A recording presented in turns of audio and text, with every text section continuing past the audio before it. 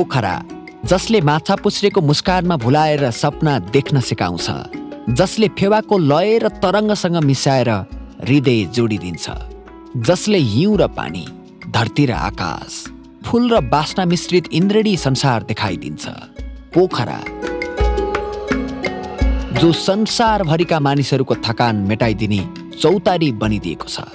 प्रकृतिले रचेको यही रचनाको काखमा बसेर रचनात्मक जिन्दगी बाँच्नेहरूको जिन्दगी हर कोहीका लागि चासोको विषय हुन सक्छ।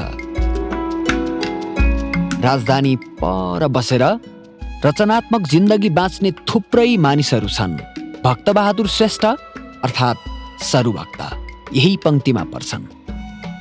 जसरी फेवातालको पानी र पानीमाथिको डुङ्गा घुमिरहन्छ नि, उसै गरी सरुभक्तको साहित्यिक यात्रा अनेकन विधा र विषय लेखनीमा घुमिरहेको पाइन्छ।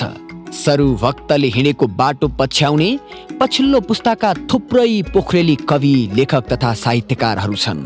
ती मध्येका रचनात्मक जिन्दगीको रसमा रमाउने र जिन्दगीलाई फराकिलो कोणबाट बोध गर्ने पंक्तिमा पर्छन् पछिल्लो पुस्ताका सशक्त आख्यानकार गणेश पौडेल।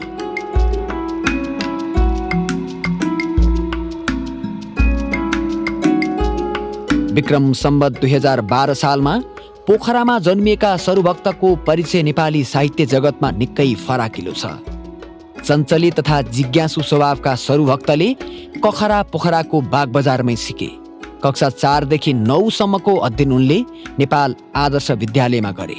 नेवार समुदायको हुनाले सानो छँदा उनलाई नेपाली भाषा निकै कठिन लाग्थ्यो, तर शिक्षकको प्रेरणा र उनको अध्ययनशील स्वभाव र मेहनतले उनको नेपाली भाषा राम्रो हुँदै गयो।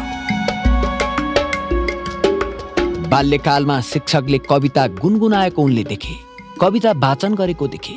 त्यो गुनगुनाहट उनका लागि प्रेरणाको स्रोत बन्यो। त्यही सत्संगले होला स्कुले उमेरबाटै उनको रचनात्मक यात्राको आरम्भ भयो। विक्रम सम्वत 2028 सालतिर एसएलसी उत्तीर्ण पश्चात उनी अमृत साइन्स क्याम्पसमा आइएसी अध्ययनका लागि काठमाडौँ आए। तर विज्ञान विषय अध्ययनमा उनको मन अडिएन। कोरा विज्ञानको सूचना रट्ने बाध्यताबाट उनले उन्मुक्ति खोजे। कविता रच्ने र कथा कथ्ने उनको सपना फक्रिँदै गयो। आइएसी अध्ययन पश्चात पृथ्वीनारायण क्याम्पस पोखरामा उनी स्नातक तहका लागि भर्ना भए।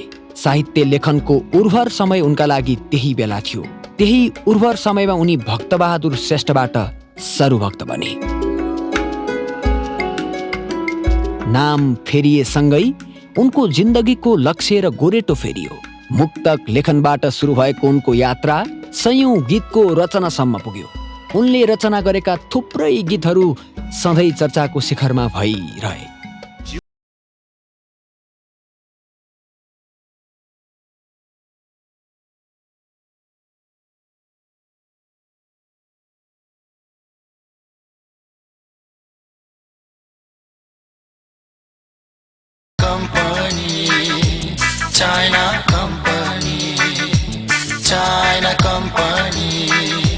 China company भेडी गोठैमा हो भेडी गोठैमा भेडी गोठैमा हो भेडी गोठैमा।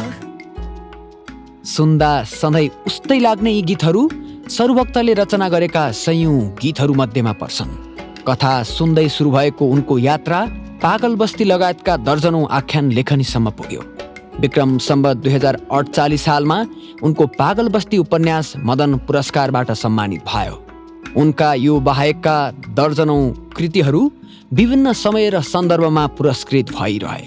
उनले बाल साहित्यदेखि नाटकसम्म, मुक्तकदेखि खण्डकाव्यसम्म, लघु कथादेखि उपन्याससम्म रचना गरिरहे। विक्रम सम्वत 2034 सालमा पोखरेली युवा सांस्कृतिक परिवारका संस्थापक सदस्य बने। विक्रम सम्वत 2071 सालदेखि 75 सालसम्म नेपाल सङ्गीत तथा नाट्य प्रज्ञा प्रतिष्ठानका कुलपति भए। जीवनभर अध्ययन तथा लेखनमा होमिएका सरुभक्तले नेपाली साहित्यमा गरेको योगदानको कदर स्वरूप वीरेन्द्र ऐश्वर्य पदक, उपन्यास सद्वार्षिकी सम्मान, शुक्ला साहित्य पुरस्कार, युवा वर्ष मोती पुरस्कार, शिरोमणि पुरस्कार, रत्नश्री अवार्ड, नेपाल बाल साहित्य पुरस्कार, लोकेन्द्र साहित्य पुरस्कार लगायत दर्जनौं पुरस्कारबाट उनी विभिन्न समय र मञ्चबाट सम्मानित भइसकेका छन्। तर उनले केही पाउनका लागि भने कहिल्यै लेखेनन्। लेख्न सजिलो छैन, त्यसमा पनि साहित्यका सबै विधामा उत्तिकै प्रखर रूपमा जीवनभर कोही मान्छे किन लेख्छ होला, तपाईँ किन लेख्नुहुन्छ भनी कसैले सोध्यो भने उनी भन्छन्, म मनको आगो निभाउनका लागि लेख्छु र लेखिरहनेछु।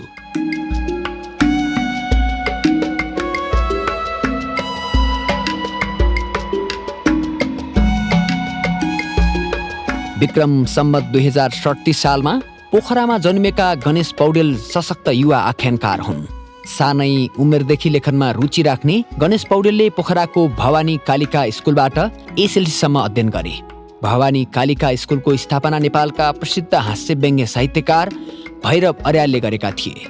भैरव अर्यालका रचनाहरू उनका लागि सधैँ प्रेरणाका स्रोत भइरहे। स्कुले उमेरमा विभिन्न विषयवस्तुमा लेख्न खोज्ने गणेशको पहिलो रचना 9 कक्षा हुँदा साधना पत्रिकामा छापियो। पहिलो पटक पत्रिकामा लेख छापिँदा उनी खुसीले चङ्गा भए। त्यो खुसीले उनलाई निरन्तर लेखन साधनामा लागिरहने बनायो।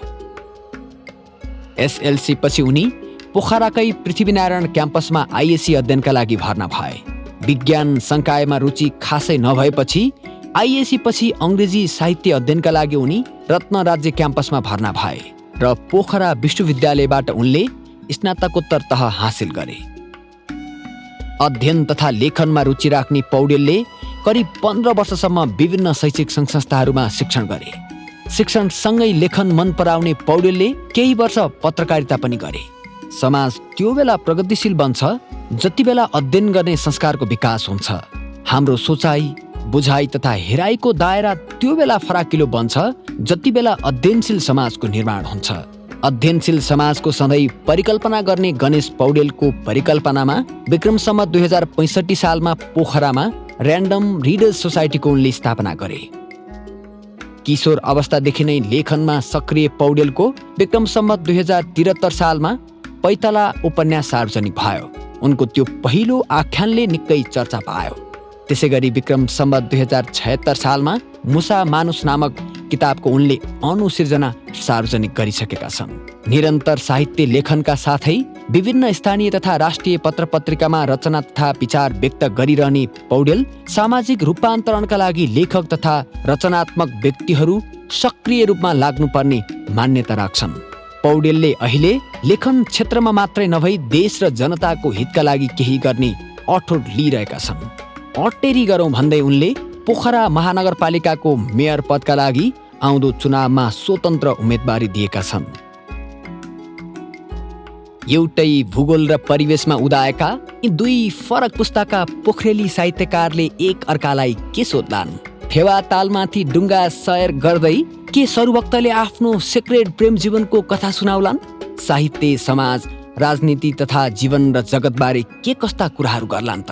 नेपाली वाङ्मयका अघिल्लो पुस्ताका प्रसिद्ध साहित्यकार सरुभक्त र पछिल्लो पुस्ताका चर्चित आख्यानकार गणेश पौडेल बीचको जीवन्त संवाद आजको युगान्तरमा।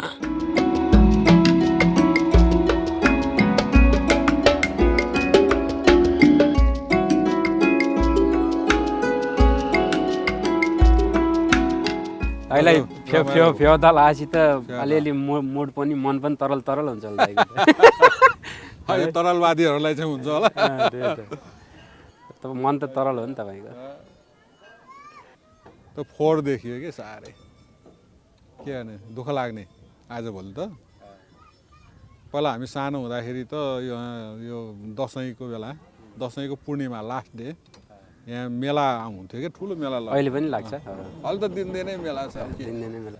अनि हामी चाहिँ बगरबाट हिँडेर पुरा खानेकुराहरू बोकेर आएर अनि यहाँ दर्शन गरेर अनि उता बसेर त्यहाँ रुखहरूको छेउमा बसेर अनि भोज खाएर दिनभरि बिताएर हिँड्थ्यौँ कि। त्यो बेला म सानोमा आउँदैन त एकफेर त यो हिँड्दै आएर यो तालकै पानीले पकाएर खाइन्थ्यो होइन? तालकै पानी पिइन्थ्यो, पकाएर खाइन्थ्यो। मिनरल वाटरको जमाना थियो त। अहिले हेर्नु यो पानी यस्तो छ। तर भैँसी त खेल्थ्यो होइन? खै त्यो त खेलेको त देखिएन। अब तल खेल्थ्यो कि यहाँ त हुन्थेन, तालै थियो, राम्रै ताल थियो र पानी विशुद्ध अब लाग्थ्यो, त्यही पानी पिइन्थ्यो भोज खाएर। त्यो यो के मन्दिरसम्म पहिला त हिँडेर आउनु मिल्थ्यो अरे होइन, तपाईँले याद गर्नुभयो त्यो कुरो? त्यो थिएन, हामी डुङ्गामै चल्छ। त्यो भनेको यो पुरानो ड्याम त अलि त्यो माथि ड्याम नभएको बेलाको कुरा होला। जस्तो यो ड्याम एकचोटि भत्किएपछि पनि त्यस्तै भएको थियो नि त। त्यसपछि त्यो बेलामा म हिँडेको छु, त्यो त भत्किएर हो, पानी यताको जम्मै सुकेर। तर त्यो हामी केटाकेटी हुने बेलामा चाहिँ त्यस्तो थिएन, पानी नै थियो र डुङ्गा चढ्ने, वर्षको एकपल्ट डुङ्गा चढ्ने, अनि यहाँ तालबाराईमा भोज खाने भन्ने त्यो चाहिँ ठुलो रहरको विषय हुन्थ्यो कि। तपाईँ त एउटा रमाइलो कुरो के दाइ भन्दा होइन, अन्त सबैको लागि तपाईँ लगभग हामी यहाँ पोखरेली साहित्यकार कला उसको लागि चाहिँ एक प्रकारको ओपन सिक्रेट क्या। ओपन सिक्रेट होइन होइन दाइ, जिन्दगी भनेको सबैको जिन्दगी ओपन सिक्रेट हो कि के हो? धेरै सिक्रेट कुरा चाहिँ गर्नुहुन्न होइन दाइ, त्यही त। र मलाई सम्झना छ कक्षा 6मा हुँदाखेरि हाम्रो मासिक परीक्षा हुन्थ्यो। मासिक परीक्षा पहिलो मासिक परीक्षा उहाँले मलाई 10मा 8 नम्बर दिनुभयो कि नेपालीमा है। त्यो नेपालीमा सबभन्दा कमजोर होइन, अनि 10मा 8 दिएर सर्वोत्कृष्ट अङ्क नेपालीमा आयो त्यो मासिक परीक्षामा। अनि सरले पनि अब कक्षामा अरू साथीहरूलाई 8-10 जना थियौँ हामी, साथीहरूलाई पनि ल यसको यस्तो राम्रो लेखेको छ भनेर 2-4 शब्द बोल्नुभयो प्रशंसामा। अनि त्यसले त्यो आत्मविश्वास जगायो कि नेपाली भाषामा। कक्षा 6मा है।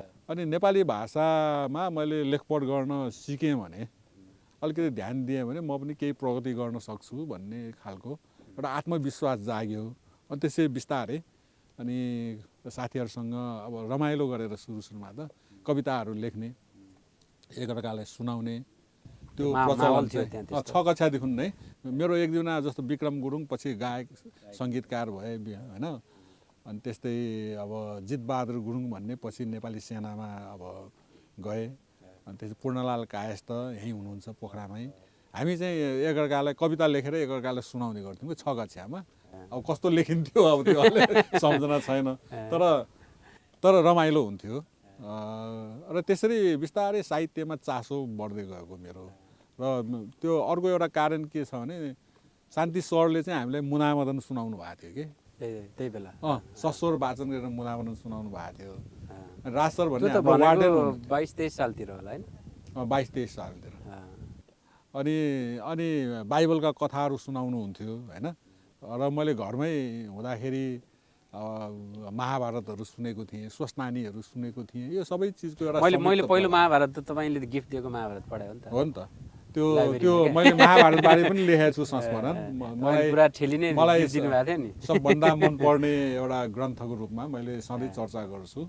र त्यसको प्रभाव मलाई मात्र होइन, अब धेरै लेखकहरूलाई व्यापक प्रभाव छ होइन।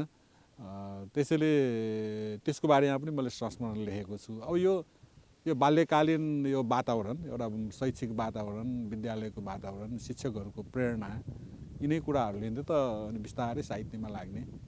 भनेपछि तपाईँ एसएलसी दिँदा चाहिँ लगभग एउटा म अब लेखक हुने हो भन्ने प्रकारको आइसकेको थियो? होइन, त्यो एसएलसी दिने बेलासम्म भएँ अथवा मेरो चाहिँ एउटा यो पार्ट चाहिँ लाइफको एउटा महत्त्वपूर्ण पार्ट भयो भन्ने रियलाइजेसन अभिरुचिको विषय चाहिँ थियो। हजुर, अभिरुचिको विषय चाहिँ थियो, तर त्यसभन्दा बढी अब लेखकै हुन्छु भन्ने खालको सोच चाहिँ त्यस बेलामा थिएन। किनभने अब त्यो सोच कसैलाई पनि हुन्थेन त्यो समयमा। मैले 28 सालमा एसएलसी दिएँ।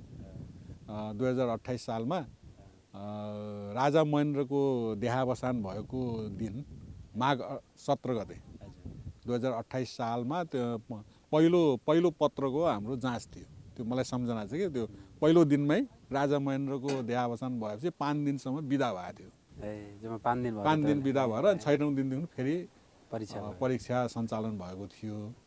अनि त्यो बेलासम्म पनि अब जीवनको लक्ष्य भन्ने हुन्छ नि विद्यार्थीहरूको, त्यो लेखक बन्ने त हुन सक्ने थिएन। किनभने अब हामीले त्यो त सौखको रुचिको कारण अभिरुचिको के भने विषय हो हामीले त्यो।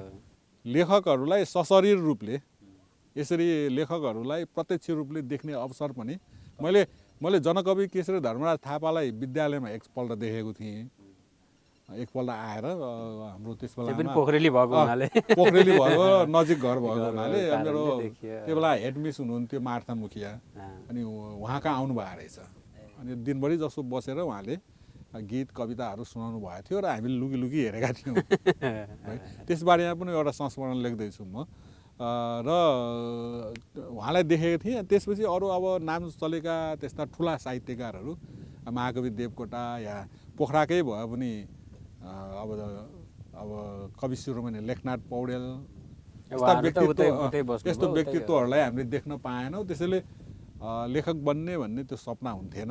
त्यो बेलाको सपना भनेको डाक्टर बन्छु, इन्जिनियर साइन्स पढायो नि त फेरि पहिले हो। अनि फेरि विद्यालयमा त्यही लक्ष्य थियो, आइसी पढ्नु त्यही लक्ष्य हो। फेरि तपाईँ आइसी पछि त मास्टर चाहिँ तपाईँले इतिहास पढ्नुभयो कि होइन? मैले धेरै विषय पढेँ। ट्युमा त यस्तो मैले सुरुमा एसएलसी पछि 2-3 वर्ष अब विज्ञान पढेरै बिताएँ।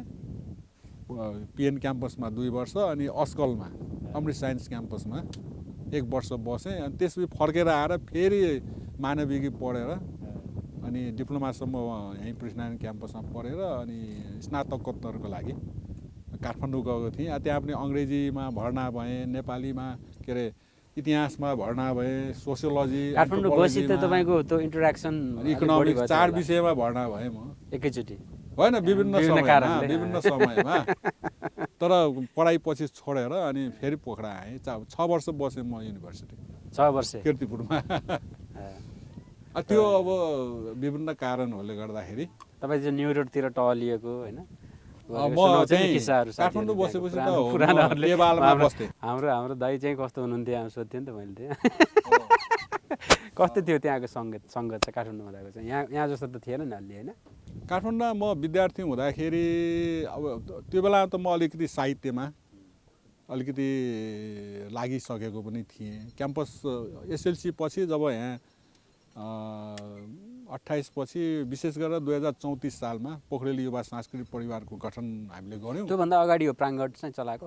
होइन, त्यसपछि हो, प्राङ्गण त्यही वरपर हो होइन। अब र त्यसमा पनि हामीले सहयोगीको रूपमा विश्व साक्य दाईहरूलाई सघाउँथ्यौँ। र विशेष गरेर पोखरेली युवा सांस्कृतिक परिवार गठन गरेपछि अनि साहित्यिक क्रियाकलापहरू, सांस्कृतिक क्रियाकलापहरूमा लाग्ने, संस्थागत रूपले पनि लाग्ने अनि लेख रचनाहरू छाप्ने, त्यहाँबाट सुरु भयो। 33-34बाट सुरु भयो। यो त अब हाम्रो पुरानो कुराहरू भए। भाइहरूलाई मैले धेरैपल्ट विभिन्न प्रसङ्गमा सुनाएको छ। भाइहरूको कुरा सुन्न मलाई मन छ। भाइको कुरा गणेश भाइ अब अहिलेको पोखराको अब एउटा प्रख्यात आख्यानकारको रूपमा, देशकै एउटा प्रख्यात आख्यानकारको रूपमा आउनुभएको छ। अब यो अब आउनुभएको छ, अरू पनि छन् होइन, अरू पनि आइरहेका छन्। भाइलाई पनि मलाई सोध्न मन लाग्यो। मलाई चाहिँ कस्तो भन्दा दाइ, अब म त धेरै तल मजिरी पाटन होइन, तपाईँलाई थाहै छ त्यति तल कुँडरफाँट त्यो बेलाको ठाउँमा यो कृषकहरूको एउटा बस्ती हो त्यो है। अब तपाईँहरू त हाम्रो साउजी भनौँ न एक प्रकारले भन्दा पहिला अब त्यो साहित्य मैले कहिलेकाहीँ भन्ने गरी नि गरेको छु। एक ठाउँ भनेको हुन्थ्यो, तपाईँहरू भनेको त अब चिन्नलाई चिनेको, कहिलेकाहीँ त्यो स्कुलले अथवा अरू अन्तर स्कुल कुनै प्रतियोगिताहरू भए यस्तो भयो भने तपाईँहरू कहिलेकाहीँ जज बनेर आइदिनुहुन्थ्यो त्यहाँ होइन होइन, त्यो बेला देख्न पाइन्थ्यो। त्यो बाइक चाहिँ त्यो सिकेको त तपाईँहरूबाटै हो। तर म कस्तो सिकाइ भयो भन्दा त्यो एकलव्य सिकाइ भयो कि होइन, एकलव्य खाले सिकाइ हो। मैले भन्छु भने तपाईँहरू चाहिँ मेरो एक प्रकारको द्रोणाचार्य हो, म चाहिँ तपाईँहरूको एकलव्य हो भन्छु कहिलेकाहीँ। औँलो नमाग्ने खाले द्रोणाचार्य पाएर मलाई फाइदा भयो भनौँ न। ल धन्यवाद त्यसको लागि। अनि कस्तो दाइ भन्दा त तपाईँहरूले त अब धेरै पहिला यहाँ समता काव्य सन्ध्या चलाउनुहुन्थ्यो बेलुका। त्यो चाहिँ के हुने भन्दा अब हाम्रो त्यो बेला अहिले जस्तो मोबिलिटी नै, तलसम्म नगर बस पनि नचल्ने, मोटरसाइकल भन्ने त्यस्तै यो बेला अहिले जस्तो प्राप्य सबैको लागि थिएन। अनि साँझमा हुने कार्यक्रम यहाँ हो। त्यो कारणले त्यो कार्यक्रम चाहिँ एटेन्ड गर्न हामीले सक्दैनथ्यौँ क्या, बिचबाट निस्कनु पर्ने, सुरु हुने बित्तिकै जानुपर्ने। जस्तो अहिले जस्तो सहरको जुनसुकै कुना पुग्न कति सजिलो छ नि त। त्यो कारणले त्यो साहित्यिक गतिविधिसम्म भाग लिन त म त एकदमै पछिल्लो कालखण्डमा मात्रै तपाईँहरूसँग आएको हो नि त। मैले एउटा सम्झिन्छु नि दाइ, तपाईँको चुली प्रकाशित हुँदा म मजरीपाटन बस्थेँ, मैले एउटा 60 साल त्यो बेला मैले लेखाएको थिएँ एउटा सानो त्यो करा के भन्छ किशोर बुद्धिको भनौँ न समीक्षा लेखाएको थिएँ हो। तपाईँलाई भेट्न म घर गएको थिएँ एक कुरा, तपाईँ समाधानमा यो खोटा को रहेछ भनेर सोध्नुभएको छ नारायण दाईलाई, अनि तपाईँलाई भेट्न भनेर घर गएको थिएँ म। तपाईँसँग मेरो पहिलो भेटै त्यही हो। तपाईँको किताबको बारेमा मैले सानो समीक्षा लेखेँ होइन।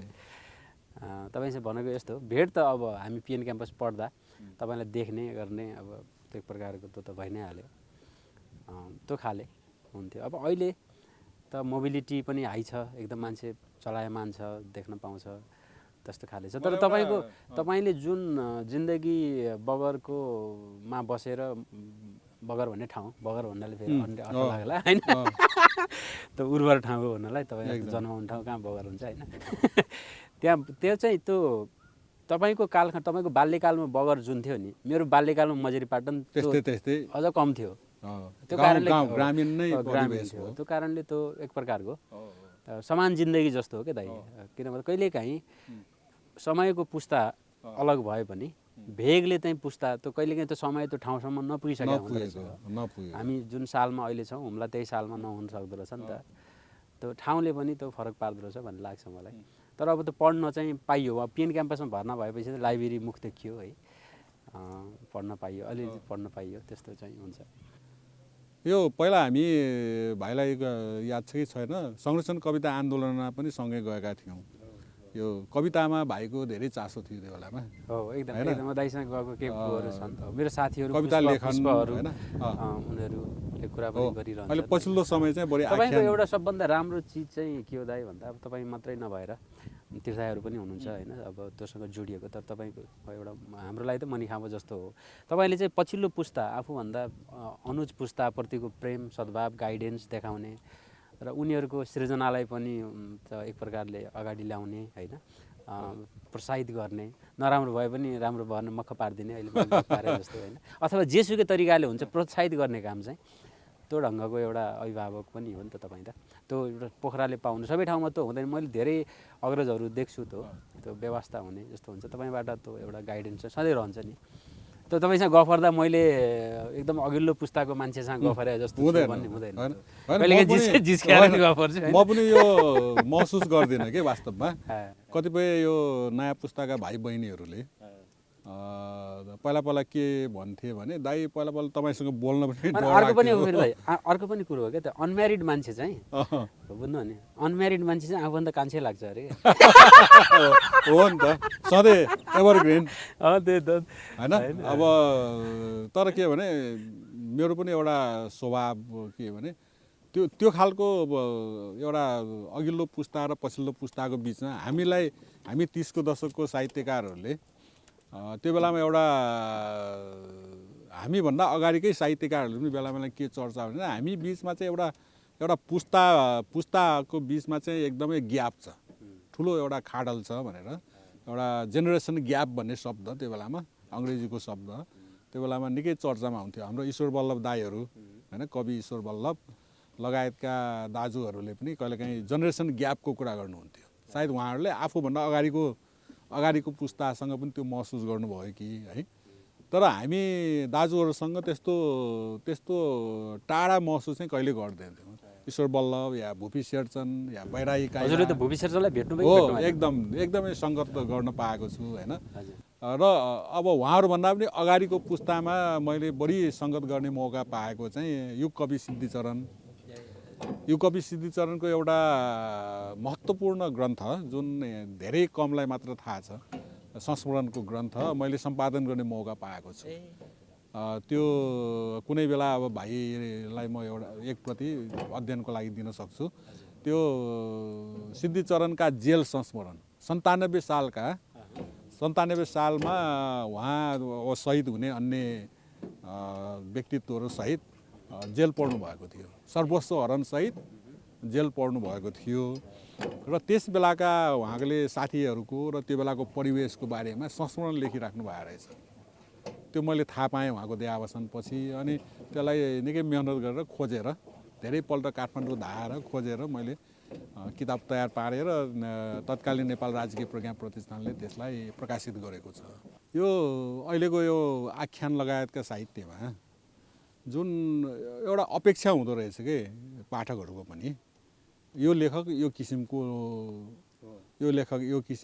होइन, कोही प्रयोगवादी किसिमको, कोही यो किसिमको भन्ने खालको एउटा अनुभूति पाठकहरूले पनि गरेका रहेछन् र अलि फरक किसिमका लेखकले लेखेको अलि फरक किसिमको कुनै रचना आयो भने त्यसलाई सहज रूपले स्वीकार गर्न नसक्ने प्रवृत्ति कहिलेकाहीँ पाठकहरूमा पनि त्यो देखिन्छ, कहिलेकाहीँ लेखकहरूमा पनि देखिन्छ कि अब एउटा लेखक कुनै त्यस्तो कुराहरूमा आबद्ध भएर कुनै प्रयोगहरूमा या कुनै यथार्थहरूमा होइन या विभिन्न वादहरूमा आबद्ध भएर कतिको लेख्न आवश्यक छ जस्तो भाइहरूले महसुस गर्नुहुन्छ। मलाई त्यो जिज्ञासा, यो नयाँ पुस्तालाई मेरो एउटा जिज्ञासा छ कि अच्छा यस्तो हो दाइ, अब वादहरू त छँदै छन्, हामीभन्दा पहिल्यैदेखि त कति छन्। अब कति त्यो वादहरूलाई तपाईँले कुन तहसम्म आफ्नो बनाउनुहुन्छ, किनभने तपाईँ सबभन्दा तपाईँ भनेको त तपाईँ वादै हो नि त, तपाईँको आफ्नो निजत्व, आफ्नो भोगाई होइन, र त्यसलाई तपाईँले कसरी बुझ्नु भएको छ भन्ने चिजमा पनि हुन्छ। त्यो चाहिँ हो स्वाभाविक। अनि त्यो तपाईँले एकफेर भनेको सम्झिन्छु मैले, त्यो तपाईँको चासो पनि त्यसमा भएको हुनाले तपाईँप्रति श्रद्धा हुने कारण त्यो पनि एउटा लेखकको रूपमा होइन। मान्छेहरू पोस्ट मोडर्निटी भन्छन्, उत्तर आधुनिकता भन्छन् होइन, अथवा विनिर्माणवाद भन्छन्, विभिन्न वादहरू आउँछन्। त्यो जस्तासुकै वाद विचारहरू समाजमा निस्कियो भने त्यो साहित्य मार्फत होस् वा अरू कुनै राजनीतिक सामाजिक कारणले होस्, त्यसलाई लेखनमा चाहिँ कसरी ल्याउने होइन, त्यसमा हाम्रो प्रकारको लेखनमा फेरि नेपाली भर्सन अफ विनिर्माणवाद चाहिँ के हो त होइन, उदाहरण होइन, नेपाली सोसाइटल विनिर्माणवाद कसरी हामी समाजको विनिर्माण भइरहेको छ र हाम्रो वैचारिक विनिर्माण कसरी भएको छ वा हाम्रो त्यसलाई साहित्यमा कसरी ल्याउने भन्ने विषयमा तपाईँको चिन्तन बढी हुन्छ नि। तपाईँको जस्तो एभ्री टाइम होइन, तपाईँको चाहिँ चाहे त पागल बस्ती भन्दा अगाडिबाट होस् वा त्यसभन्दा पछाडि होइन, अब समय त्रासदी होस्, चुली होस्, तरुनी खेती होस् होइन, पछिल्लोसम्म प्रतिगन्ध आइसक्यो। प्रतिगन्धमा त टु सम एक्सटेन्ट तपाईँको त्यो प्रयोगभन्दा बढी अलि रियलिस्ट हुन खोज्नु भएको छ। वान आई अब्जर्भ यु क्या, होइन, तपाईँलाई अब्जर्भ गर्दाखेरि जस्तो सरुभक्त कवितामा एउटा होइन, सरुभक्त मुक्तकमा अर्कै हो, सरुभक्त नाटकमा झन अर्कै होइन, सरुभक्त अब आख्यानमा त भइहाल्यो तपाईँको सबभन्दा बढी तपाईँको परिचय चर्चा अरू धेरै कारणले, तथापि सबैको एउटा अर्को मूल्य कुन बेला अर्कै फेरि मूल्य देखिने हो, त अर्कै चिज हो। तपाईँको आख्यानको चरित्र यसो हेऱ्यो भने मूलभूत रूपमा तपाईँको आख्यानमा त मूल विषयवस्तु त्यो धागो त प्रेमकै हुन्छ होइन दाइ, प्रेम मात्र हुन्छ र छ धेरै पनि, तर तपाईँको एउटा त खासियत जस्तो त्यो त सही कुरा हो, जुन पछि सबैमा लगभग क्या, अब चाहे त चुली नै किन्न होस्, अब एडभेन्चर स्टोरी छ हो, प्रेमिका को थाहा छैन, छायामा पात्रै छैन होइन, त्यसको एक प्रकारले भनिदियो भने सन्दर्भहरू छन्, अब उसकै ऊहरू छ, तर त्यो गइरहेछ कता, पहाड चढ्न गइरहेछ भनेको एउटा चिजको ह्याङओभर मेट्न अथवा त्यसको ऊ मेट्न अर्कै काम गरे जस्तो। एकदम मान्छे कहिलेकाहीँ आत्तिएर हुन्छ, एउटा पीडाबाट मुक्त हुन वा एउटा संवेदनाबाट मुक्त हुन त्योभन्दा अरू खतरा मोल्ने एउटा तरिका हुन्छ नि त, त्यस्तो छ त्यो स्वाभाविक। प्रेम चाहिँ तपाईँले तपाईँ त अब हामी केटाकेटी हुने बेला केटाकेटी त नहुनु, किशोर वयमा चल्तीको एउटा साप्ताहिक थियो नि, नाम पनि साप्ताहिक थियो। हरेक भ्यालेन्टाइन डे भित्रपट्टि खोलेपछि टक्क कतै न कतै सरुभक्त दाईको मुक्तकहरू आएकै हुन्थ्यो होइन, होइन, किन सरुभक्त दाई बिना त भ्यालेन्टाइन डे अपुरो हुन्थ्यो क्या। एउटा प्रेमिल व्यक्तित्व हो, तपाईँ मान्छे पनि त यति प्रेमिलै हुनुहुन्छ, तथापि प्रेम त सबैको जिन्दगीमा हुन्छ।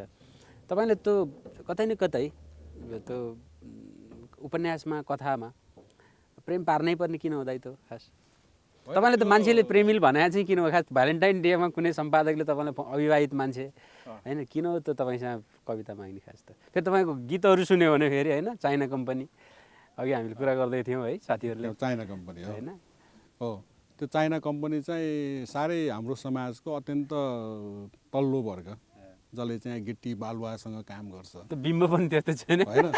अब उनीहरूको पनि त प्रेम हुन्छ। त्यो प्रेम त एउटा के भने हामीले सामान्य रूपले भन्दाखेरि अब मैले त बेला बेला भन्ने गरेको छु मानवीय अहमहरूमा श्रेष्ठ सर्वश्रेष्ठ अहम प्रेम हो भनेर मैले पागल बस्ती लगायतका सबै ठाउँमा आफ्ना प्राय कृतिहरूमा त्यही कुरा भन्छु र मेरो आफ्नो व्यक्तिगत अनुभव र अनुभूति पनि।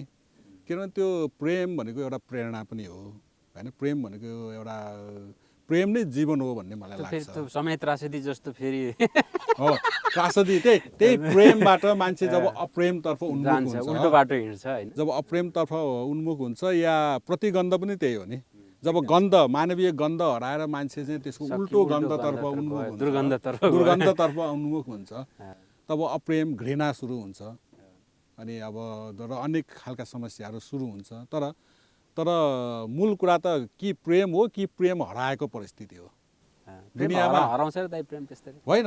त्यो हराउनु सम्भव छ। त्यो पारिजातले भन्नुभएको छ प्रेम मर्दैन मार्नुपर्छ भनेर होइन। होइन त्यो यस्तो हुन्छ, त्यो व्यक्ति सापेक्ष कुरा हो नि त होइन। अब एउटा मुक्तकको कुरा भयो। एउटा प्रेममाथि एउटा मुक्तक अलि अगाडि लेखेको एउटा मुक्तक के थियो भने आँखाहरू जुधेपछि सम्भावनामा चिना जान हुन्छ, आँखाहरू जुधेपछि सम्भावनामा चिना जान हुन्छ, हृदय भन्ने ठाउँमा नै जिन्दगीको मिठो गान हुन्छ। कसैले सोधे प्रेमको परिभाषा म सत्य भनिदिन्छु, अहङ्कार जति महान हुन्छ प्रेम त्यति नै महान हुन्छ होइन। यो कतिलाई जटिल लाग्ला। अहङ्कारलाई मैले के भने अब तपाईले कसैलाई प्रेम गर्नुहुन्छ तर तपाईको अहङ्कारले त्यो प्रेमलाई यति महान कुरा हो भनेर अनुभूत गर्न सक्नु भएन भने आज प्रेम गरेर बिहा गरेको व्यक्ति भोलि आफ्नो प्रेमी या प्रेमिकालाई हत्या गरेका प्रसङ्ग पनि त छन् नि दुनियाँमा होइन। प्रेमको अर्को पाटो त घृणा हो। ठ्याक्क त्यसको एउटा सिक्काको अर्को पाटोमा त्यो कहिले त्यो व्यक्तिको त प्रेमको नाममा हुने धेरै किसिमका यस्ता घृणास्पद कुराहरू, हत्या, हिंसाहरू, बलात्कारहरू भइरहेका छन्। युद्ध पनि त देश प्रेमले हुने हो नि एकदम। त्यसले प्रेमलाई एउटा व्यापक सार्वभौम रूपले सोच्नु, एउटा व्यक्तिको प्रेम, एउटा किशोर किशोरीहरूको बीचको प्रेम, युवा युवतीको बीचको एउटा प्रेमको सन्दर्भ छ भने अर्कोतिर राष्ट्र प्रेमका कुरा, समाज प्रेमका कुरा, पारिवारिक प्रेमका कुराहरू, भातृत्व प्रेमका कुराहरू। त्यसले कुनै न कुनै अर्थमा हाम्रो सम्पूर्ण समाज, विश्व समाज नै प्रेममा अडेको छ। जब त्यो प्रेमको एउटा धागो चुडिन्छ त चुडिएपछि चाहिँ अनि त्यसपछि समस्याहरू सुरु हुन्छन्। वार, अब युद्धहरू अहिले राखिरहेका छौँ हामीले होइन। ठुल्ठुला युद्धहरू। अब मलाई के लाग्छ भने दुई व्यक्ति, अब गणेश पौडेल भन्ने र सर्वभक्त भन्ने व्यक्तिका अहङ्कारले हामी एकअर्कालाई एउटा भातृत्व तपाईँ जस्तो अहङ्कारी नि देख्नुहुन्न होइन। अहङ्कार देखिँदैन क्या। मेरो मान्यता के हो भने तपाईँले भन्नु त भन्नुहुन्छ यस्तो तपाईँले होइन।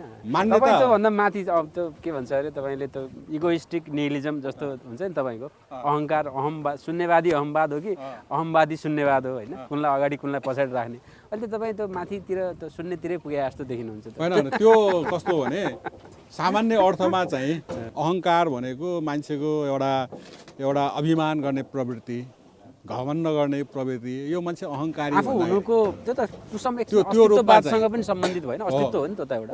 त्यो मान्छेको अस्तित्व हो नि त। तर अस्तित्वलाई महसुस केले गर्ने। एक्ज्याक्टली अस्तित्वलाई महसुस गर्ने चिजै त्यही हो। एउटा त्यो चेतना भन्दा पनि हुन्छ त्यसलाई होइन। एउटा अहमजन्य चेतना भन्दा पनि हुन्छ। त्यसले त्यो इन्टरप्रिटेसनको एउटा भिन्नता मात्र हो त्यो होइन।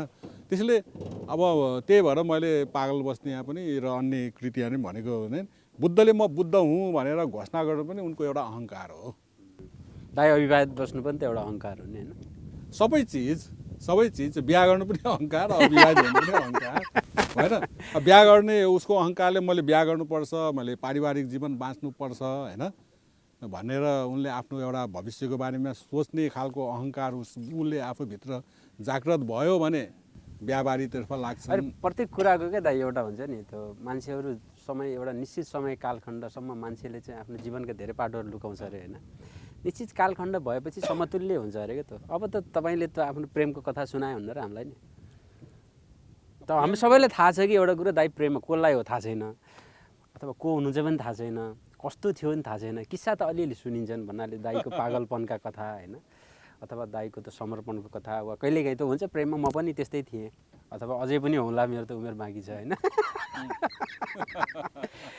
अब एउटा निश्चित कालखण्डपछि त त्यसले केही फरक पर्दैन होला नि त। निश्चित कालखण्ड भनेको कति? अब भनेको म भर्खरै ६६मा पुगेँ, अहिले युवकै छु। अब मलाई कहिलेकाहीँ हजुरको छोरी सरस्वती मेरो साथीले भन्छ, बाको बिहा गरिदिनुपर्छ गाई यसलाई भनिरहन्छ हो नि त। त्यसरी भन्दा त भर्खरै ६७ पनि ठिकै हो कुरो त। एकचोटि त पछि नै लागेको थियो 3 दिनसम्म है, बिहा गरिदिनु बिहा पर्यो गर्नु पर्यो भनेर है।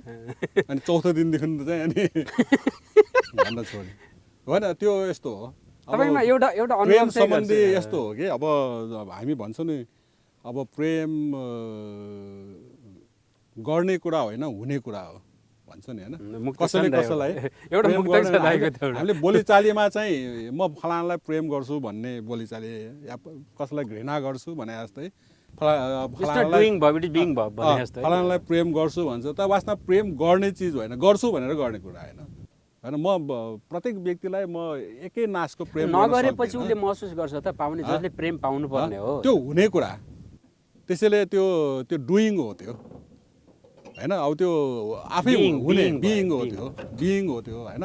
अब त्यस कारणले भने जस्तै प्रेम गर्ने कुरा होइन, हुने कुरा हो भने जस्तै प्रेम भन्ने कुरा पनि होइन, भन्ने कुरा पनि होइन जस्तो लाग्छ। नभनी त कसै एउटा मैले धेरै प्रसङ्ग भन्छु कि, एउटा अब कहिलेकाहीँ साथीभाइहरूले प्रश्न गर्दाखेरि, पत्रकारहरूले प्रश्न गर्दाखेरि, अब कुनै दिन अब त्यो मैले काटेँ मैले जमानामा हो केमा आफैले सम्झिनु। एउटा इन्टरभ्यूमा कसले हो सोधेँ, मैले बिर्सेँ, तपाईँको धेरै त वाच गर्छु नि म त। तपाईँले एउटा लाइन चाहिँ मलाई बडो लाग्छ, त्यसले मलाई कहिलेकाहीँ छुन्छ पनि, किन भन्दा कतिपय सबैको जिन्दगीलाई छोला। म चाहिँ आत्महत्या गर्छु तर आत्मकथा लेख्दिनँ भन्नुभएको थियो क्या तपाईँले। त्यो आत्मकथा, प्रेमको आत्मकथा। अहिले भर्खर आत्मकथा लेख्दैछु भन्नुभयो। अहिले भर्खरै पुरानो कथा भने कतिपयले सोद्धा म के भन्छु भने, पुरानो बाल्यकालमा त आउने हो कि त्यहाँ प्रेम पनि आउँछ भन्ने कुनै दिन आवश्यक पर्यो भने, केही चिज भन्ने आवश्यकता पर्यो, आफ्नो बारेमा केही भन्ने आवश्यकता पर्यो भने आत्मकथा लेखौँला नि भनेर। तपाईँले भनेको आत्मकथा त्यो बच्चामा खेलेको आत्मकथा लेख्नको लागि नेपाली सिकेको त होइन होला पक्कै। त्यसलाई आत्मकथा नभने त्यो सानो सानो प्रसङ्गहरू हुन्, जीवनका केही संस्मरणहरू हुन् ती। आत्मकथा भनेको त अलिक सम्पूर्णतामा आफूलाई अभिव्यक्त गर्ने। र मलाई लाग्छ आत्मकथा लेख्नु सबभन्दा गाह्रो कुरा पनि हो। वास्तविक आत्मकथा लेख्ने भयो यहाँ अब आजभोलि आत्मकथा लेखन पनि एउटा बिजनेस सम्पादन हो दाइ। आत्मकथा लेखन पनि जीवन चाहिँ कस्तो रहेछ दाइ भन्दा, मैले यसो हेर्छु अरूको धेरैको आत्मकथा पढ्दा, जीवन चाहिँ फर्स्ट ड्राफ्ट रहेछ, आत्मकथा चाहिँ सम्पादन रहेछ क्या, सम्पादित। बुझ्नुभयो नि? सम्पादित। फर्स्ट ड्राफ्ट त हामी बाँचिरहेछौँ, स्फूर्त लेखिरहेछौँ, अहिले पनि यो पनि लेखिरहेछौँ। सम्पादित मात्र होइन, संशोधित पनि हो। संशोधित अलिअलि स्वैरकाल पनि हुँदै जान्छ चरणमा। यो पछिल्लो चरणमा कतिले आत्मकथा लेख्ने भन्दा पनि आत्मकथा लेखाउने प्रवृत्ति, अरूलाई लेखाउने प्रवृत्ति पनि चलिरहेको छ। कथा भन्दैन आत्मरति बढी, अनि त्यसमा आत्मकथा होइन, आत्मप्रशंसा बढी हुन्छ। त्यो त भइहाल्छ। तपाईँ अहङ्कारको त्यत्रो कुरा, आत्मप्रशंसा बिना त अहङ्कार कसरी जागृत हुन्छ? आत्मप्रशंसै हो नि त पनि। आत्मप्रशंसा भन्न मिलेन, किनभने त्यो एउटा रियालिटी हो कि प्रत्येक व्यक्तिमा एउटा जुन एउटा अहम चेतना छ, त्यो अहम चेतनाद्वारा परिचालित भएर उसले प्रेम पनि गर्छ, उसले घृणा पनि गर्छ, उसले संसारका सम्पूर्ण क्रियाकलाप, आफ्नो जीवनका क्रियाकलापहरू अगाडि बढाउँछ भन्नु। अब त्यो अर्थमा चाहिँ होइन। अब मैले अघि सन्दर्भ के भने, हामी दुईजना व्यक्तिको बिचको जुन अहङ्कारले हाम्रो सम्बन्ध बन्ने र बिग्रिने हुन्छ। राष्ट्रको बिचको सम्बन्ध पनि त्यस्तै रहेछ कि। अहिले हेरौँ न, रुस र युक्रेनको बिचको सम्बन्धको कुरा हेरौँ। तपाईँ प्रेममा अनसन बस्नु भएको थियो एक कुरा?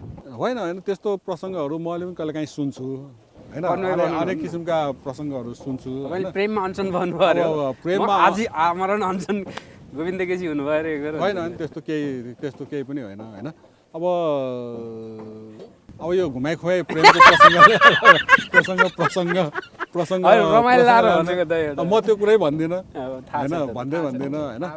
अब यो यस्तो हो, यो कस्तो भने, अब जस्तो पिएन क्याम्पसको प्रसङ्ग भन्यो होइन, अब मेरो घर हामीले सिकेको के दाइ भन्दा मैले सिकेको अरूलाई किन दोष लाउनु होइन मैले सिकेको चाहिँ पागल भएर प्रेम गर्न सिकेको मध्येको एउटा गुरु तपाईँ पनि हो कि होला तपाईँसँग देखिन सुने नि त पढिन कतै तर कति ठिक थियो होला कति थिएन होला भन्ने अर्थले भन्ने हो त्यसलाई अब होइन अब यो पागल बस्तीको पागल हुनु भन्छु म पागल बस्तीको पागल हुनु चाहिँ ठिक हो पागल बस्ती बाहिरको पागल त्यो चाहिँ बेठिक हो त्यसले म सबैलाई पागल बस्तीको पागल हुनु चाहिँ भन्छु तालमाथि बसेर होइन पागलपनको अब होइन पागलपन रचनात्मक पागलपनको कुरा एक्ज्याक्ट होइन अब त्यो त देखिन्छ नि त्यो खालको कुरा चाहिँ ठिक छ होइन अब अरू खालको पागलपनले त समाजको लागि स्वीकार्य नै हुन सक्दैन नि त होइन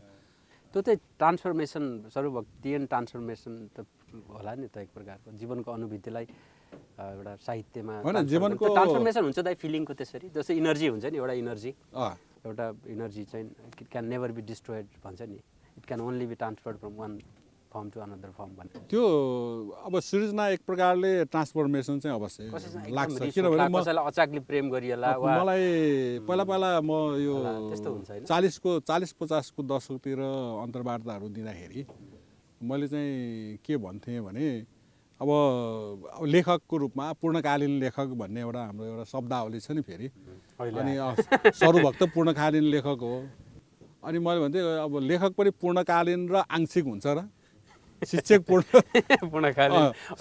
आंशिक शिक्षक र के भने जस्तो हो विद्यार्थीलाई त पूर्ण शिक्षक हो नि त त्यो हुँदैन अब पूर्णकालीन भनेर मैले जागिर खाइनँ म पूर्णकालीन लेखक हुने होइन कतै विश्वविद्यालयमा पढाइन या कतै स्कुल क्याम्पसमा पढाइन भनेर या कतै जागिर खाइन त्यसको कारणले पूर्णकालीन हुने र नहुने होइन होइन अब हाम्रा कति जागिरे लेखकहरू प्राध्यापकहरू पूर्णकालीन लेखकै हुन् नि त्यत्र ग्रन्थहरू लेख्नु भएको छ उहाँहरूले होइन लेखक सधैँ पूर्णकालीन हो तर उसले अब लेखकले कति सङ्ख्यामा लेख्छ भन्ने कुरा महत्त्वपूर्ण होइन कति गुणात्मकता कति लेख्छ महत्त्वपूर्ण कुरा हो नि होइन भुपी शेरचनले अब जागिर खानु भएन र धेरै पनि लेख्नु भएन होइन अब सम्झँदाखेरि घुम्ने मेचमाथि अन्ध मान्छे तर उहाँले के आंशिक लेखक भन्ने र उहाँ बिनाको अहिले त कविता नि भुपी अघि र पछि भन्न थालिसक्यो मान्छेले यो खालको विभाजन नगरौँ भन्थे अनि म लेखनमा अब म त्यो पूर्णकाल बिहानदेखि बेलुकीसम्म लेखेर बस्नु पूर्णकाल लेखन दासले लेख्छ होला लेखकले त्यसरी लेख्दैन पूर्णकालीन लेखन दास होला होइन लेखकले बढी सोध्छ बरु तपाईले यो राजनैतिक जुन यात्रा सुरु गर्नुभएको छ त्यसले त यो साहित्यिक यात्रालाई भोलि गएर असर पार्छ पार्दैन यो प्रति तपाईँ कति चेतनशील हुनुहुन्छ यो दुईटा प्रश्न चाहिँ हो त एकदमै जस्तो मनमा तोडले पनि हुँदो रहेछ जो साहित्य र राजनीति बिचको म त राजनीतिक उसको होइन नि त तपाईँले चासो राख्न कारणै त्यही हो पहिलेदेखि राजनीति गर्दै साहित्य पनि गरिआए भन्नुहुन्थेन त्यस्तो पनि गरेका छन् कतिले अब अहिले चाहिँ राजनीति हाम्रो देशको राजनीति त कस्तो भयो दाइ भन्दा सृजनशील व्यक्तिहरू चाहिँ त्योदेखि टाढा पहिला बिपी कोइराला आफै त्यस्तो ठुलो सर्जक अरू धेरै सर्जकहरू जो राजनीतिबाट अहिले चाहिँ पाखा लाग्नु भएको छ अथवा त्यसबाट अलग बस्नु भएको छ तर राजनीतिमा सृजनशीलतै भएन प्रयोग हुनु पर्थ्यो राम्रो थियो यहाँ त स्टन्टबाज भयो क्या स्टन्ट लिने होइन गर्ने त्यस्तो खाले देखिन्छ नि त त्यो पनि भयो अब त्यो सन्तोष भएन क्या भित्रभित्र म जतिसुकै आनन्दपूर्वक लेखे पनि समाज त त्यही नै हो कुनै न कुनै तरहले त्यही नै हो अनि त्यो राजनीतिमा अर्को के भन्दा जो के भन्छ त्यो वृद्धहरूको शासन भयो क्या होइन बुझ्नुभयो नि त्यो अरू ठाउँमा त हुँदैन नि त दाइ जस्तो साहित्यमा कलामा सङ्गीतमा हो त्यो चाहिँ हामी सबैको उमेर हुँदैन क्या त्यहाँ कसैको उमेर हुँदैन सबैले साझा प्लेटफर्म छ जो आउँछ जान्छ त्यसको एउटा हुँदैन तर राजनीतिले चाहिँ धेरै चिजलाई गाइड गर्छ कलालाई पनि गाइड गरे हुन्छ साहित्यलाई तपाईँ आफै एकाडेमीमा बस्दा तपाईँले भएका तनावको कुरा तपाईँको त्यो विद्रोही राइटिङ मैले पढाएको थिएँ एक प्रकारको राजनीति हो नि त त्यो कलामाथि भएको राजनीतिमाथिको तपाईँले गरे हो नि त एक हस्तक्षेप हो अब त्यतिले मात्रै पनि सधैँ पूर्ण भएन तपाईँले लेखे पनि नतिजा त त्यस्तो ठुलो आएन आक्रोश मात्रै भयो तर बिन्दु त कतै न कतै थियो नि त अब त्यो समग्र राजनीति बिग्रियो भने चाहिँ कला साहित्य पनि बिग्रिँदो रहेछ क्या जस्तै हामीले जुन एउटा माहौल छ नि दाइ अहिले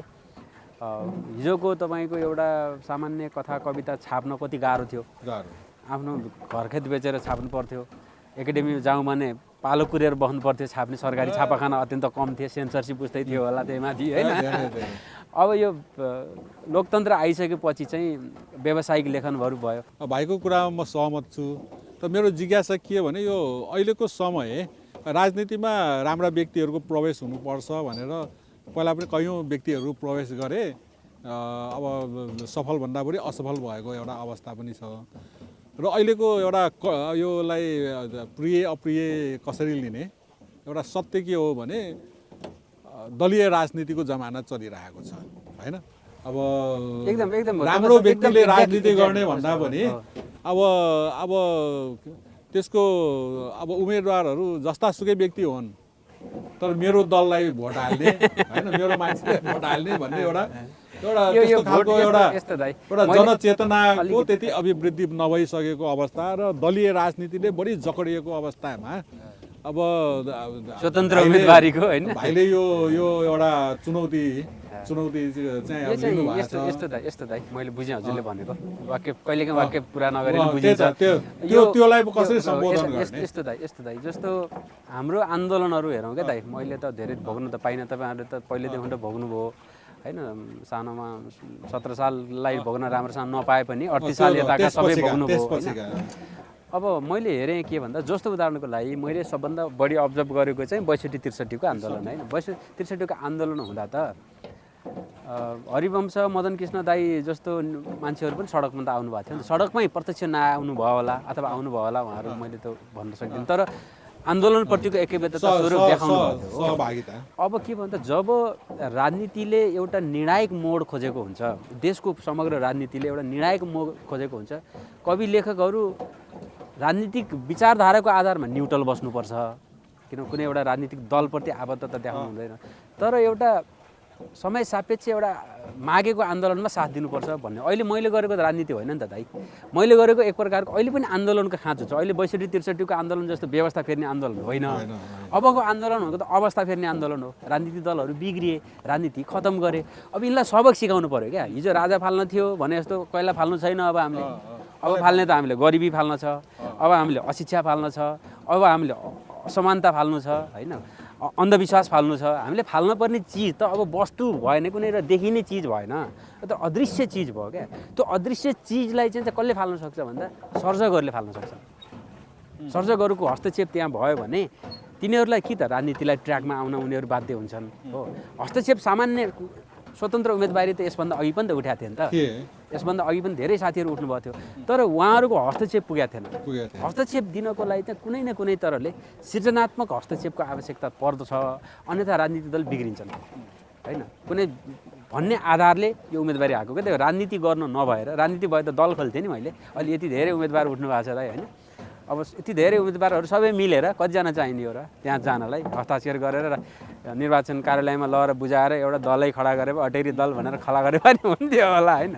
तर एउटा अटेरको अभियान हो क्या दाइ, दल नभएर। अब यो दीर्घकालीन तपाईँ शुभ कुरा, यो शुभ आकाङ्क्षा भनौँ होइन। अब एउटा मनोकाङ्क्षालाई अब यो मतदान दिने हाम्रा जुन व्यक्तिहरू छन् नगरभरि, ती व्यक्तिहरूलाई बुझाउन सक्ने त्यो कति विश्वास लिनुभएको छ नि दाइ। किन म त सर्जक हो नि त, लेखक हो। लेखकले त उस्तै गरे थोरै चिजलाई पनि ठुलो बनाएर भन्थे भने यहाँ त यति ठुलो समस्या छ कि थोरै भनिदिए पनि बुझ्छन् हो। समस्या उनीहरूले यति भोगेका छन् कि सानो कुनै रुनै लागेको मान्छेलाई है भनिदियो भने डाँगो छोड्छ नि। यहाँ त है मात्रै भन्दिनँ मात्रै पनि जनता डाँगो छोड्न रेडी भएर बसेको अवस्था छ क्या दाइ। त्यो है पनि कसरी भन्ने हो, कसरी छोइने भएर भन्ने हो क्या दाइ। अनि अहिले त अब के भयो भन्दा राजनीतिदेखि विरक्तिएका बेकार राजनीति गरेर यो मेरो बाले मेरो हजुरबाले गरेको राजनीतिले देश कहाँ बनाए त यो के भएन भनेर वितर्किएको युवा पुस्ता छ नि त। ठुलो छ उपस्थित छ, त्यो 18 वर्ष कटेपछि पासपोर्ट बनाउन जान्छ केही सिप नलाएर। आफ्नो छोरोलाई आफ्नो छोरीलाई आफ्नै देशमा बसाल्न पनि नसक्ने बाबाआमाको राजनीति अब किन चाहियो क्या होइन। आफ्नो छोरोलाई, आफ्नो काखको छोरोलाई, आफ्नो काखको छोरीलाई आफ्नै घरमा बस्न सक्ने वातावरण नबनाउने बाउले किन राजनीति गर्नु क्या। किन एउटै पार्टीमा भलाइराख्नु त बाबुले नि सोच्नु पऱ्यो नि त होइन त त्यो भएर त्यो पुस्ता छ, त्यो पुस्ता असन्तुष्टि छ, विकल्प नपाएर बिग्रिया हो भन्ने चाहिँ मलाई कन्फिडेन्स हुनसक्छ। अब निर्वाचनले के निर्णय दिन्छ त्यो पुस्तासम्मलाई सम्बोधन गर्न सक्नु पर्यो। अब हिजो जस्तो गाह्रो छैन त, हिजो जस्तो भए चुनाव लड्न ठुलो साहस चाहिन्थ्यो नि त, घोषणापत्र छाप्नु पर्यो, घर घरै जानु पर्यो, खर्च लगाउनु पर्यो, कार्यकर्ता परिचालन गर्नु पर्यो, त्यो त ठुलो खर्चको डिमान्ड हुन्छ। अब अहिले त सामाजिक सञ्जाल छ अनि अरू धेरै तरिकाहरू छन्, सञ्चार यति धेरै भएको छ होइन, प्रयोग ठुलो छ। त्यो कारणले मलाई के लाग्छ भन्दा अब हरेक घरमा सूचना चाहिँ पुग्छ होइन, सूचना पुग्छ, सूचना पुगेपछि त दुःख त उसैलाई थाहा छ त, दुःख त मैले भनिदिने मात्रै हो नि त, रुन त ऊ ठिक्क परेको छ, कठै भनिदिने मात्रै हो नि त मैले त, त्यो कठै भनिदिन त सक्छु मैले भन्ने लाग्छ। त्यसरी अब पोखरेली मतदाताहरूको मनस्थितिलाई परिवर्तन गरेर एउटा रचनात्मकतालाई ध्यान दिनुपर्छ, नैतिकतालाई ध्यान दिनुपर्छ राजनीतिमा भन्ने अब व्यक्तित्वहरूलाई पञ्चायत कालमा पार्टीले उठाएर भयो भने, डेमोक्रेटिक पार्टीले उठाएर पनि तीर्थाई चाहिँ उपप्रधान कवि हुनुभएको थियो। अब डेमोक्रेसी पछिको लेखक मेयर चाहिँ अब हुनेवाला हो। ल मेरो शुभकामना छ भाइलाई। यो पोखराको होइन हाम्रो सर्वाधिक चर्चित, नेपालकै चर्चित ताल है, हामी आगो पनि दाइ यो 2 घन्टादेखि तपाईँ म सहयोग गरिरहेका छौँ।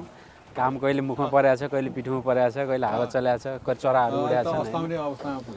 अनि यो माहौल हुन्छ नि, यो सधैँ यस्तो नहोला। यो माहौलमा चाहिँ दाइको केही मुक्तकहरू सुनौँ, प्रेमिल मुक्तकहरू सुनौँ, प्रेमिल मुक्तक दाइको मुक्तकमा त त्यो कतै न कतै तरिकाले आउँछ, सुनौँ अनि त्यसपछि अरू कुरा बिस्तारै गरौँ। एक देवता सम्झनामा भएको मुक्तकहरू।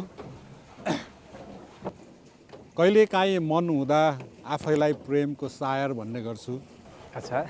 कहिलेकाहीँ मन हुँदा आफैलाई प्रेमको सायर भन्ने गर्छु, मन नहुँदा आफूलाई स्वप्नजीवी र कायर भन्ने गर्छु। जब जब तिमी मेरो मन लुच्न आउँछौ प्रत्येक पल, तब त्यही मनको अदालतमा तिमी विरुद्ध रिट निवेदन दायर गर्छु। जब जब प्रत्येक पल है नि त, जब जब प्रत्येक पल, जब जब अनि फेरि प्रत्येक पल है नि त, जब जब तिमी मेरो मन लुच्न आउँछौ प्रत्येक पल हो नि त, every some time every time. घाउ दुखिरहेको थियो फेरि कसैले चलाइदियो, घाउ दुखिरहेको थियो फेरि कसैले चलाइदियो, भाग्य उही निष्ठुर थियो फेरि त्यसैले छलाइदियो, मोमबत्ती झैँ जल्दा जल्दै के बाँकी रहेको थियो र फेरि कस्तो आगो लागि जलेको सबै जलाइदियो। चलेको पनि जलाइदियो। प्रेममा घात हुँदैन प्रतिघात हुँदैन, प्रेममा घात हुँदैन प्रतिघात हुँदैन, सानो ठुलो भन्ने पनि प्रेममा कुनै जात हुँदैन। ए नसाले लट्ठिएर प्रेमको कुरा गर्नेहरू प्रेममा सधैँ प्रभात हुन्छ, कहिले पनि रात हुँदैन। दाइ यो तालमा तपाईँ कति पछि आउनुभयो? अब यो विभिन्न कार्यक्रमको सिलसिलामा छेउछाउमा यो होइन कति पहिला पछिल्लोचोटि कहिले आउनुभएको थियो? भयो होला 1.5 वर्ष। 1.5 वर्ष पोखरामा बसेर है, 1.5 वर्षै भयो। त्यो ढुङ्गा नचरेको चाहिँ है, ढुङ्गा नचरेको चाहिँ छेउछाउमा हिँडेको त धेरै। आज भाइले चढायो त यो भाइहरूको एउटा सदस्यले भनौँ आज चढियो मात्र होइन, सबभन्दा लामो यात्रा यो एक छेउबाट अर्को छेउसम्म पुरा अन्तर्देशीय यात्रा गरे जस्तो भयो नि त। यति लामो यात्रा भोयज भन्छ नि, भोयज सिपै चढायो। कहिले गरेको थिइनँ।